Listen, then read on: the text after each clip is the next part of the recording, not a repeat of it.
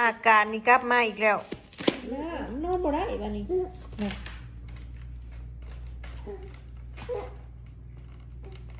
ลุกบางคนมันยอมนอนอาการนี้กลับมาอีกแล้วพี่น้องเอ้ยแม่หัวหยุ่งหัวยองว่าจะมาได้ถ่ายคลิปเมื่อคืนนี่กับโบมีไผอยู่นอนกับแม่ก็ไปเบิ่งลำเลือดนอนรับโบสนิทเป็นอีกแล้วพี่น้องเป็นเสลดในคอลิ้นก็เริ่มบาดอีกแล้วคันมันยามได้อากาศเย็นๆนะแม่โลดโบกินน้ำกลางคืนนะฉันกินนมโบกินน้ำว่าเป็นโลดกลุ้มใจกำลังคิดเป็นกระโตกินน้ำยากพี่น้องเลยแล้วก็แอบแอวและนอนบ่ได้บ้างเสลดมันตันคอเนาะเป็นรอบก่อนก็เป็นอาทิตย์จนเช้านะมันนอนบ่ได้กระดูดได้จุกเลยคันบ่ทรงบ่สบายรีดนั่งกระเศร้าแล้วเป็นเวิ้งอีกแล้วก็สิเป็นยอดเนี่ยยอดบ่กินหน้า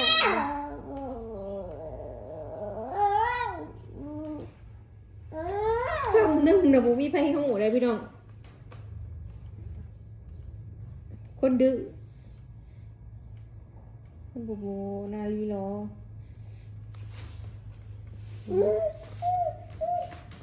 มันยอมนอน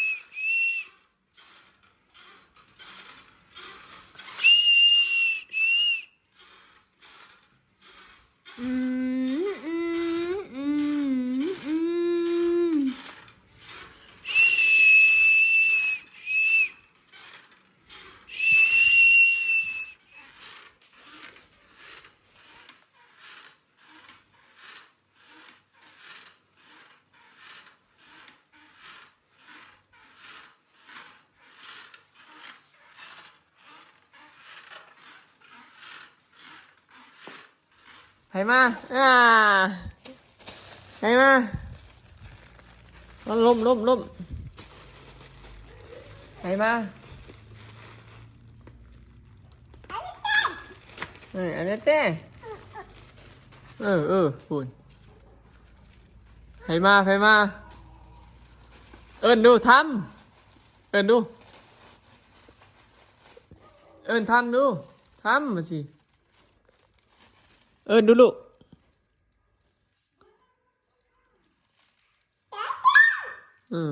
จ้าชื่อแล้วตีล่ะไอ้ทำเร็วทำไอ้ทำสิเร็ว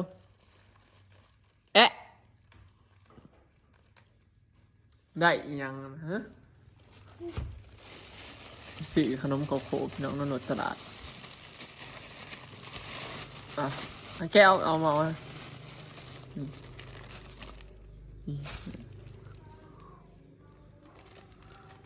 เห็ดมันหมุนเด้อ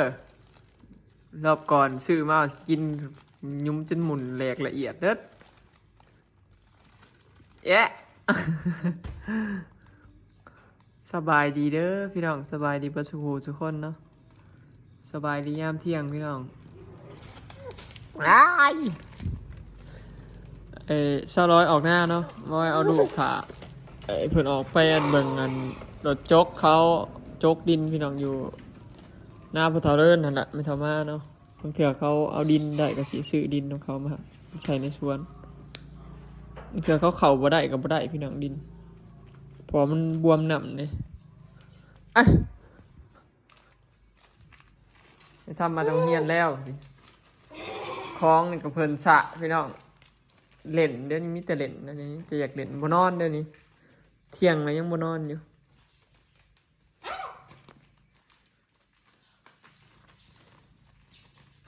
ทำมาต้องเฮียน มันก็มาแม่กูมือพี่น้องมาแม่กินข้าวเล่นน้ำนอกนะกับฟังเฮียนเอา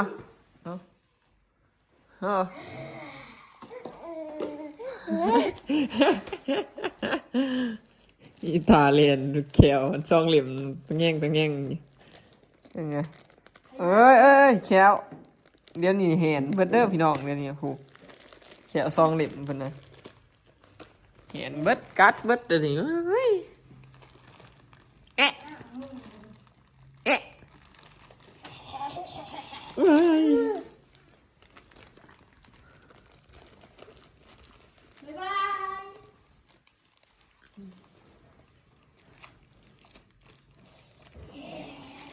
เฮ้ยลุกนะแม่ อลิส ลุกเอาตะกแตนใช้มือมันดูเอามือไว้มือให้น้องจับเฮ้ยนั่น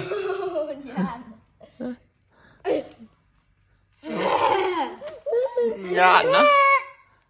ญาติ อาจารย์ ญาติตะกแตนโอ้ยเอาถอยมายังมาพี่ชิว เอา จ้า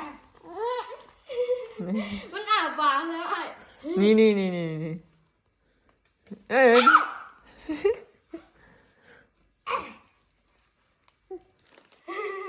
เข้ามา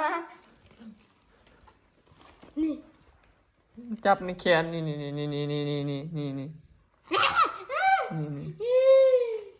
เจ็บติดไปหาเถอะอ่ะ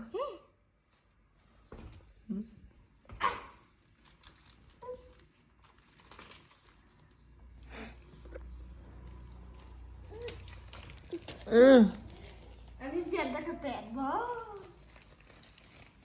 ไม่ใช่เลย ไปโรงเรียนตอนแรกนี่จอย ปล่อยบ่เนี่ยดูดีไปปล่อย ไปร้องเพลงโมเมนต์บอเรียนดนตรี ลองเพลงกันบ่ได้ลองดูก็สิลอง ไปร้องเพลงอีหยังเพลงลาว ถ้าข้างนอกบ่ได้เฮาก็บ่ไปเฮาลองบ่เปลี่ยนเพลงลาว แต่คือบ่ร้องอะแบ่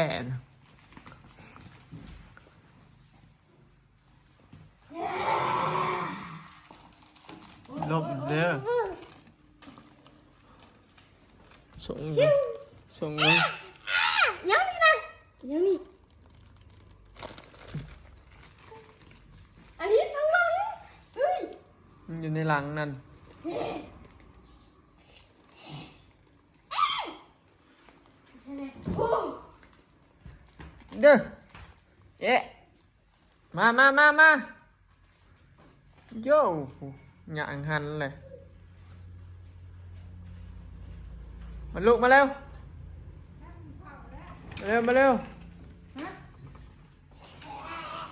เชียวยูกินหมากแอปเปิลนะเอามัมแซ่บบ่เอาป้อนบ่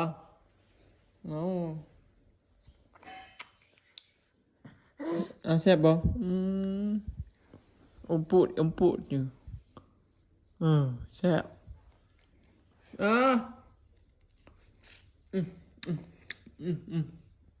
แซ่บเอากินลิฟกินกินได้ไหมดังหน่อย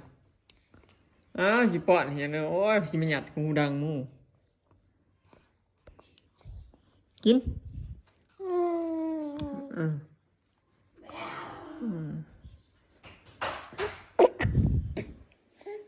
โอ้ยเบิ่ง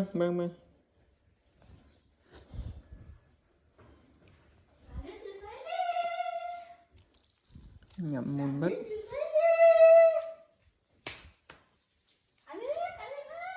ไปละทายาเอามาให้พอมาเอามาเอาเนี่ยแบบนี้นะคือบ่อยากให้พี่น้องเอามาขอเนี่ยขอมาขอเด้อให้พอเด้อเอาตุกน้ำมาน่ะ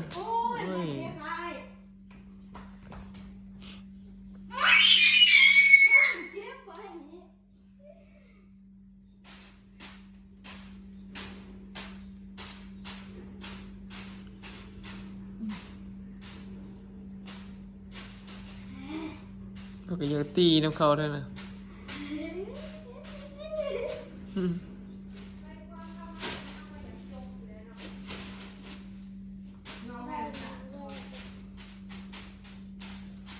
ลิฟ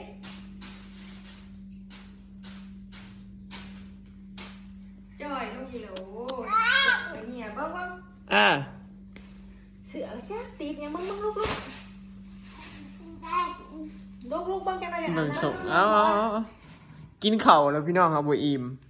อันนี้ แม่ไปต้มให้อีกมันจะจากเหล็ดเลยนี่มันติดเหล็ดเนี่ย เจ็บคอนั่นเดี๋ยวบอกกินข้าวกินน้ำหุ่นนั่น อย่าให้มันห้องใจอย่าให้มันห้อง เดี๋ยวพรุ่งนี้ข้าวบ่ทำ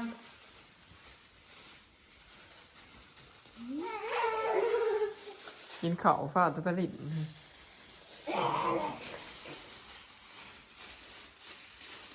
เอาหมอกกู ห่อนพี่น้องมือนี้เริ่มห่อนเลยไม่ช่วงแดดพอขำมาพัดลมหนาว จะถือถุงยางเปล่าง งหมอ จะไม่รู้เลยมึงจะก่อนกับไปเดาว่าเดา นี่เนมหาละบานอยู่ไซหมอจกเขาไปมึงดูเนี่ย อุ้ยอุ้ย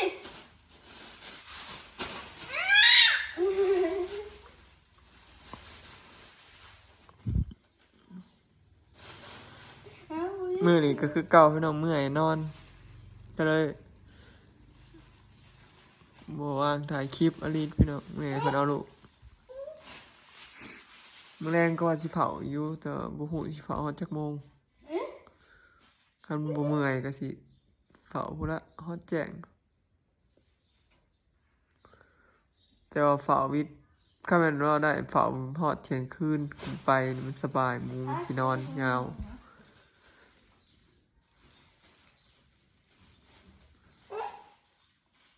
เอ้า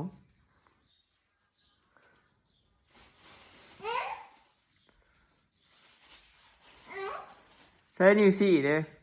อันนี้หูเด้หูหูหูเด้ หูหู เขียวเด้เขียว เขียวเสยดังเด้ ดังเด้อันนี้ดังดัง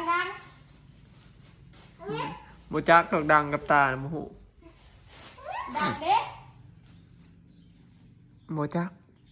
ฉี่นั่นนี่หูหูหูหูหู หูซื้อหูอย่างเลย อันนี้อันนี้ เถอะอย่างมืดๆพี่น้องมีนอนก็สิรับได้เลยนี่มืดแล้วนอนเทื่อเดียวซุมื้อติดเล่นแฮงบ่นอนออกหน้าแฮงเต็กคนหลายนี่จะอยากเล่น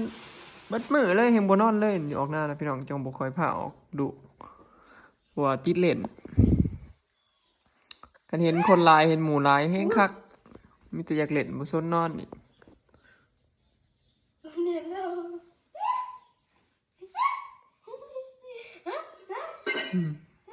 น้องบอกเสียงแบบ เนาะเอาจับใส่ลูกจับใส่ ใส่นี้